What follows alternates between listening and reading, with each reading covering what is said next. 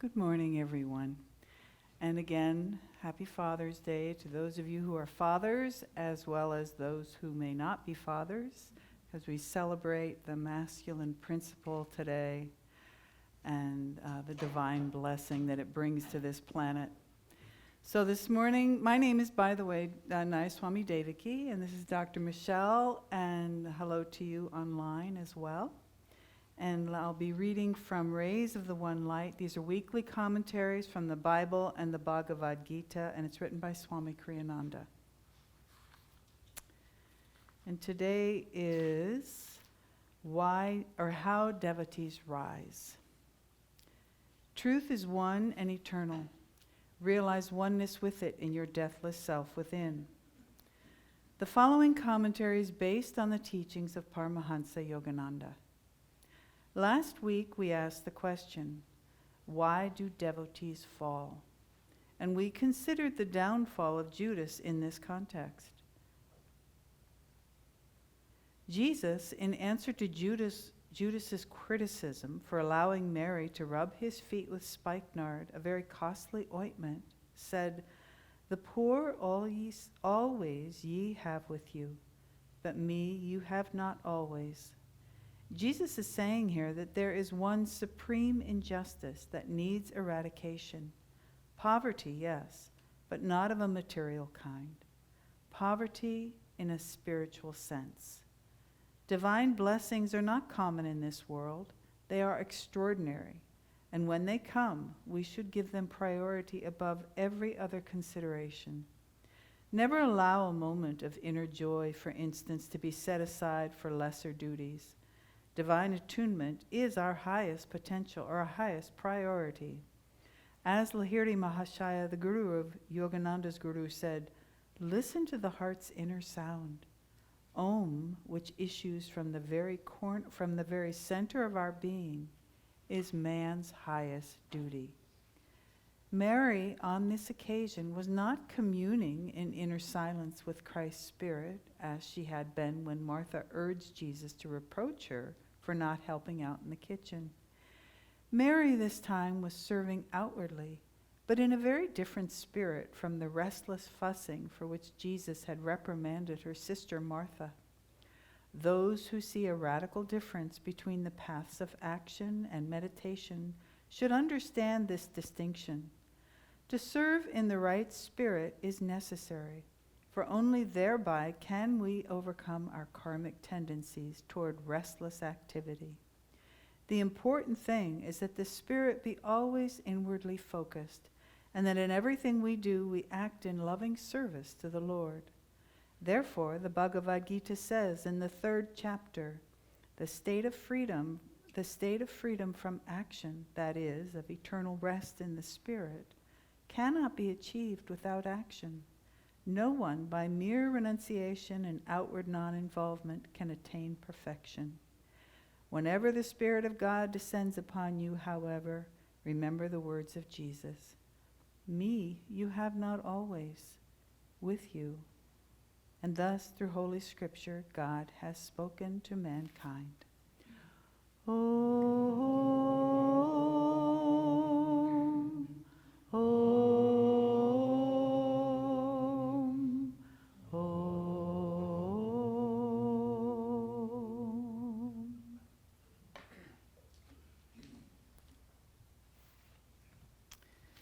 So last week,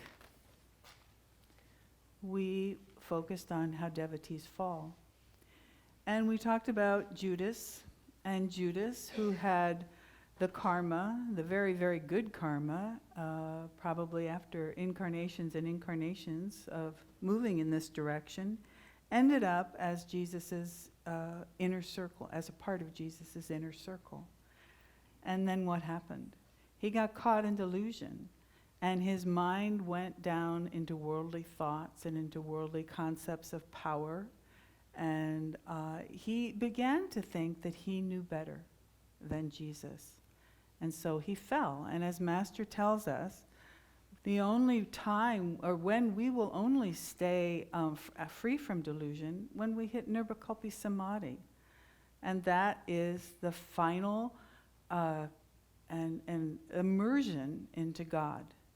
And so ultimately now when we talk today about how do devotees rise, we think, how do we achieve this goal?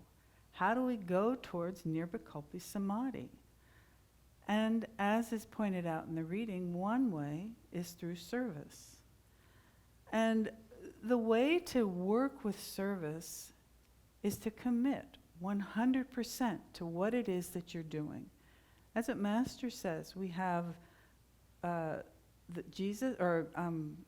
Guru is 25%. We, the devotee, give 25%, and God gives 50%.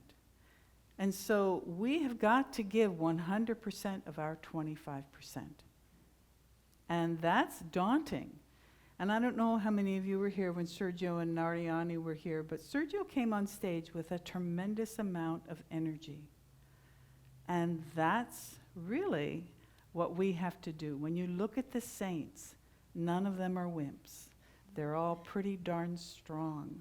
When you look at someone like Ananda Ma, she was sweet and kind and unassuming, and yet Swami said when she walked like a general.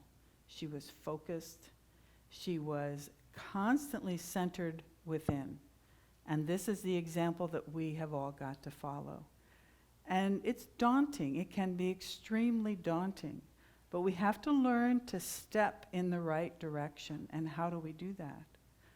How do we know what do we pursue? How do we know what we give ourselves to?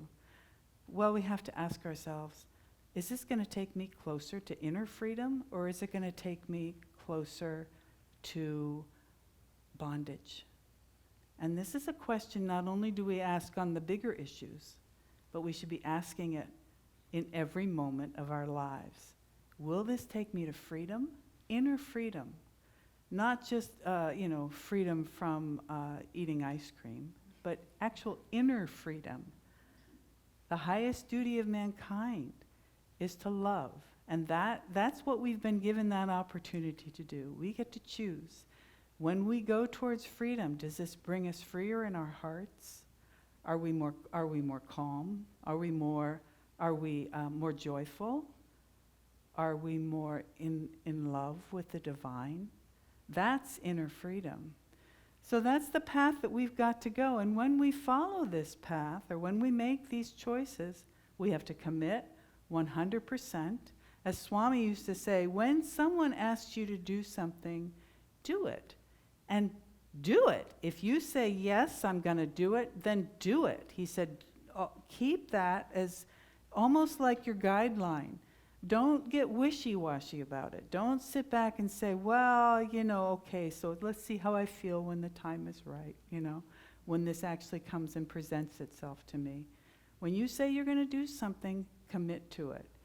And, you have to move forward with faith. There's no way around that, because God will give you opportunities that don't always look on the outside like something very exciting or something very enticing. And you've got to keep moving with it. You've got to move in a direction, and you've got to be willing to go right when God says right. When you're still going straight and He's going right, you're not going in the right direction. You're not listening within. You're not being receptive. In the yoga postures, we have an affirmation that goes with the standing mountain pose. And it is, I stand ready to obey thy least command. So we're always needing to listen to what God is telling us. And then, so that's another aspect of service, is receptivity. Always being receptive to what the divine is trying to tell us. I had to go to India last year, and I had to fly by myself, which, for me was a little daunting, and it really was a leap of faith, which so many times God is asking us to do. He doesn't just make it in black and white. He doesn't just write it out, like a lawyer would, and hand it to you and say, okay, Devaki, this is what you do. This is what you've got to do. You got to move with it one step at a time and be receptive to what he's telling you. So anyway, so I had to fly to India. Well, I flew with, I'm not going to say who, but it was a flight primarily geared towards India, towards Indians. And I had flown in the past on Singapore Airlines, who unfortunately has been getting kind of a bad rap, but I think they were actually very excellent when I flew with them. And when you get on the flight for Air India, they offer you a towel, a hot towel.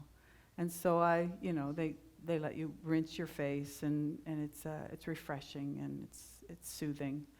So when I sat down on this other airplane, which you kind of wondered if it wasn't duct taped together when you got on it, because it just did not have the same vibe. So anyway, I was on this plane, and I sat down, and there was this wet rag, and I picked it up, and I thought, oh, this must be a hot towel for my face. But I didn't use it on my face, thank God. I instead used it to wipe down the whole area that I was sitting in, and the lady next to me was Indian, and I said, she was complaining because of the conditions of the aircraft, and I said, well, would you like to use this? And she goes, oh, no, we don't know where that's been. She said, and with COVID, we don't know, and I thought, thinking, right. So meanwhile, my chair is wet, so I have this wet chair for at least 4 or 5 hours of my flight, and I'm sitting in it. And then halfway through the flight, a fight breaks out, and 2 couples go at it, and somebody punched somebody. And all of a sudden, and the stewardess goes up and she handles it so well. She really did. She got right in the middle of it, stopped it. And then next thing you know, the 2 in the back were being moved, and this huge Sikh man with big turban comes up, and he sits behind the 2 that were part of the fight. So there was that. And then when I got into Delhi, there was, I missed my flight, and I was going to be delayed by about 5 or 6 hours. And so Aditya, I don't know, many of you probably know Aditya, when I talked to him, he said, get a hotel, stay in the hotel, we'll pay for it, just stay in the hotel. But yet, they had given us a voucher for a free meal. So I was standing in line for a free meal, and I ended up meeting this woman that also had been on my flight, and we started talking. Her husband was very concerned about her. You don't really want to get stuck in a Delhi airport for too long by yourself, for sure. And she and I had the best time ever. I mean, honestly, I couldn't believe how well we got along and how well we got together, But it was not, and the trip was ultimately an incredible blessing in my life. But God will throw those little curveballs at you, and you've got to have the faith to keep moving forward. You've got to be willing. And it's not easy. It's not easy because Master would say, someone would come to him and he would say, I'd like a cup of tea. And so they'd go and get him a cup of tea, and he'd come back and he'd say, well, I really wanted coffee. And he would do that to kind of confuse people, because we have to really tune in to our intuition. We can't look at things and take things at face value. We've got to really go within. Swami was asked one time, well, Rajarsi Janakananda was Swami's Master's most advanced disciple. And he was asked, why was he Master's most advanced disciple? And he said, it's because of his willingness. Master never said anything to him twice. He would say it once, and Rajarsi immediately obeyed and did what Swami or what Master wanted. And Sister Gyanamata, his most advanced woman disciple, she would always say, if Master asked you for anything, you say yes and make it snappy. And that's what we have to do. I stand ready to obey thy least command. We've got to be listening all the time, and we've got to listen to Master's representatives. Swami said, he was asked one time, how can we attune to you?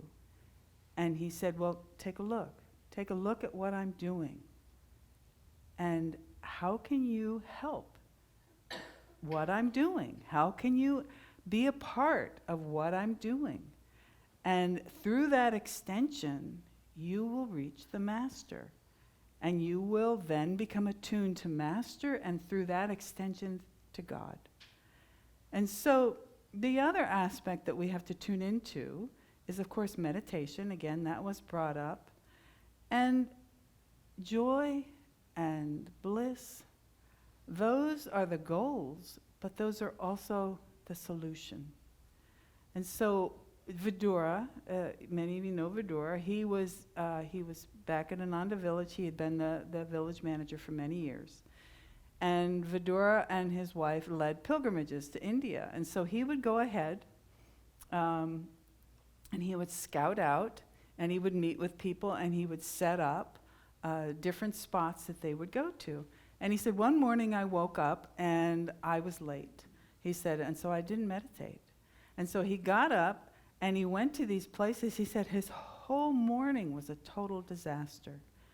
He said that he missed appointments he was supposed to be with. He didn't get the rides that he needed when he needed them. His whole morning was a bit of a disaster. And he said, so I just sat down where I was and I meditated. And then he said, my day went so smoothly.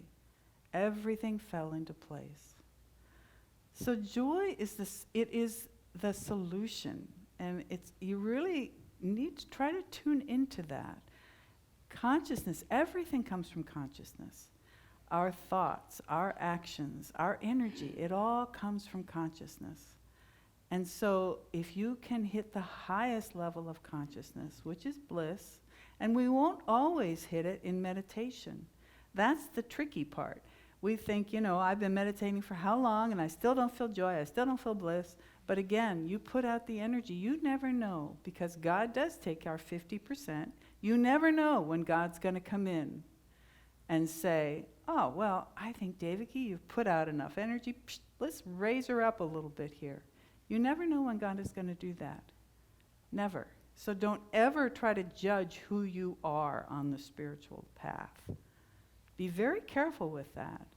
But if you put out the energy, if you commit, and when you feel these joyful experiences that sometimes don't happen in meditation, try to hold on to them. Try to go, if you have to go home, write about it, anything, but try to hold on to it. And Swami said one time he was meditating when he was first on the path. He was meditating and he had this incredibly blissful experience. But then he started thinking about, well, I have to go put my dinner aside. So if I don't, I won't get dinner tonight. So he thought, well, I can come back and I'll finish this meditation. Well, when you do that, it doesn't always come right back to you. And he said he was really sorry. He really regretted that. He did not just step back into a blissful meditation. It took a while before that came back to him. So keep that in mind. When the opportunity's there, when it knocks, pay attention, listen, and record it. Okay.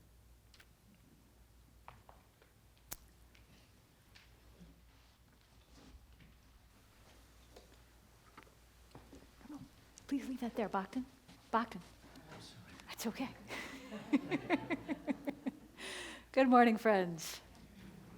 This topic of how devotees rise is really important. I feel like I say that every time I'm up here, but it is. And as human beings living on this earth plane in this world of Maya, we're going to fall. It's going to happen. And God and the masters know that, and they don't hold it against us. So hint, hint, neither should we hold it against ourselves either. The question is not, are we going to fall, but how far and how long are we going to stay down until we get back up? And the masters have given us a lot of tools to help us rise. And one of those, as Devaki just shared, is remembering those really blissful, deep experiences that we've had and calling those to mind when we're in not so great of a place. As I was thinking about our topic this morning, I was reminded of one of my dad's sayings, it's all about the energy.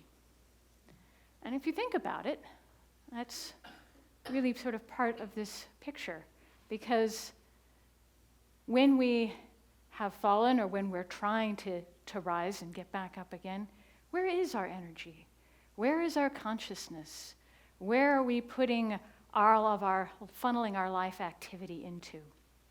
And there are a number of different things that we can do to help get the energy moving if it's stuck, and to help move the energy up if it's not where we want it to be. And that includes things like energization, doing yoga postures, serving, as Devaki talked about, practicing devotion, practicing gratitude, just going for a walk, and of course meditation. And really, a lot of our spiritual path and how we rise is lifting that energy, is getting that energy moving and lifting it up. Now, another piece of getting the energy moving upward is about our attitudes and cultivating right attitude. And the niyamas and the niyamas in the path of yoga give us a lot of wonderful ideas for how we can work with our attitude in a helpful way. Sister Gyanamata, Yogananda's most advanced woman disciple, said, "Remember, your religion is tested in the cold light of day." And I take two things from that. One is spiritual teaching needs to be practical. We need to be able to take it and apply it and use it in our everyday lives. Otherwise, it's just beautiful ideas and pretty words. But the second part that I take from that is, if I think I'm working with the teachings and using it in my daily life and I'm feeling stuck, it's not that the teachings are wrong or incomplete. It's that my understanding and application of them is either wrong or incomplete. And maybe I need to take a step back and look a little deeper.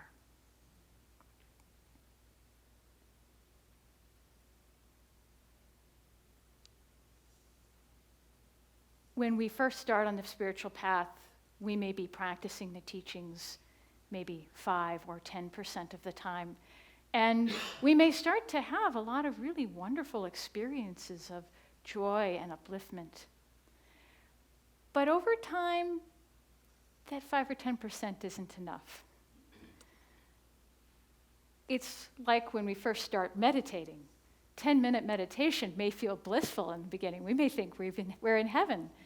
But then as we go along the path, we start to really want to meditate longer so that we can have deeper experiences and go deeper in our meditation practice. And so too it is with the spiritual path, that we need to begin integrating these ideas and these practices more and more. 25, 50, can we do it 75% of the time?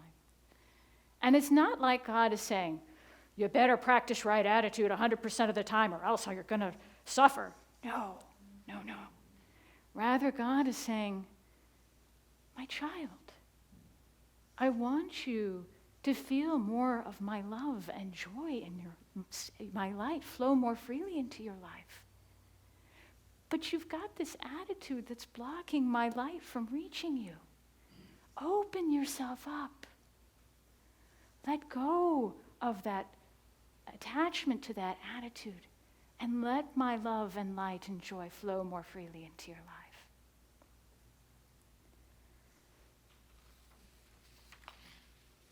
And I've been thinking about this topic and these ideas a lot in relation to my own life.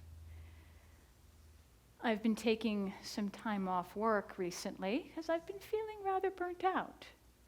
And it's been very easy for me these last number of months to point to all the stressors in my work environment and, this person should have done this or whatever. And yet, if I'm to take a step back, I realize that I'm finding myself in a very familiar place. And as a yogi, starting to think, what's my role in all of this? And what I've realized this past week, really looking at this and introspecting deeply, is that 90% of the way I've been feeling is really related to my own attitudes that I've brought to this situation. And so, how can I hold my attitude in the proper light? And I'm sharing this not to put myself down, but more because I think all of us at some point in our lives have this struggle where it's really easy to blame all the stuff that's going on out there, and it looks on the surface like it's a good explanation. But if we take a step back, it can be really hard for us to see maybe there's another way of looking at this. Maybe I'm holding an attitude that's keeping God's light from reaching me more fully. And I'm not going to go into all of my musings this past week, but I'm just going to share one. When I'm up here with my white minister's robe, or I'm preparing for a class or doing a kirtan, it's really easy for me, in a sense, to sort of step aside and ask God and ask Master to flow through me as a channel of that light and love, and to serve and try to get my ego out of the way. But I'll admit that's not so easy in my work life outside of Ananda, where the challenges are more numerous and where I'm often judged for what I do as opposed to who I am. When I'm judged for how many papers I've published this year, how much money or how many NIH grants have I brought in, it's easy to get lulled into the thought of, Michelle has to do this. I have to make this happen. Now,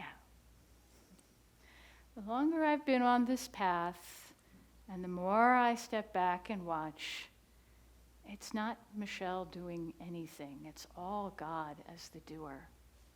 And I just have to show up and put forth some energy to try to do whatever little part has been given me. But ultimately, it's God that's writing the grants, it's God that's reviewing the grants, and it's God that's funding the grants.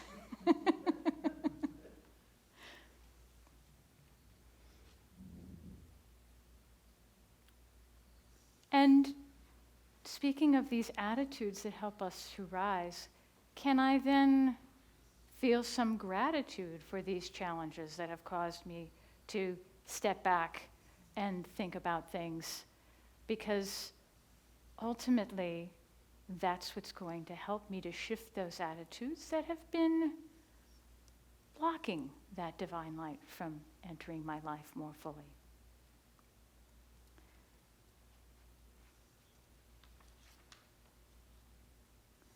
But overcoming years, lifetimes as souls, and millennia as human beings incarnated in physical bodies, changing these attitudes doesn't happen overnight.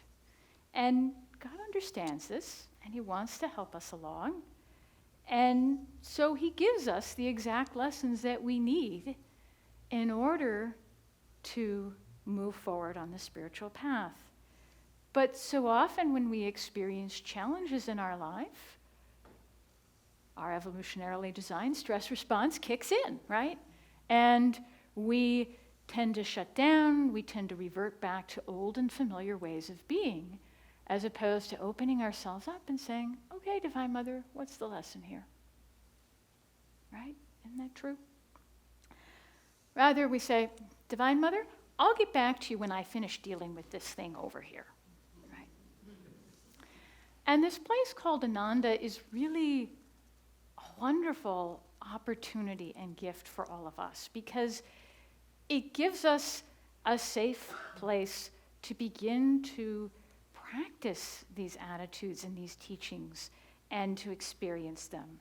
And all of you who have served here in some capacity, all of you who were at the Forest Hermitage Workday yesterday, thank you, bless you for all the wonderful work we did together. Whether you're on the soundboard or the video camera or ushering or helping out with snacks for Sunday service, all of these things give us the opportunity to open ourselves up and to serve as channels for that divine light. And the challenge I'm going to give myself and offer to all of you is, can we begin to practice these teachings ever more fully in our lives? If we're doing it 10 or 25% of the time, can we increase that to 25 or 50% of the time? Because ultimately, the more we can bring right attitude, the more we can work on lifting our energy, the more we can practice these teachings more deeply in our lives, the more we'll begin to realize that divine presence within. And that, my friends, is how devotees rise. God bless you all. We'll take an offering now.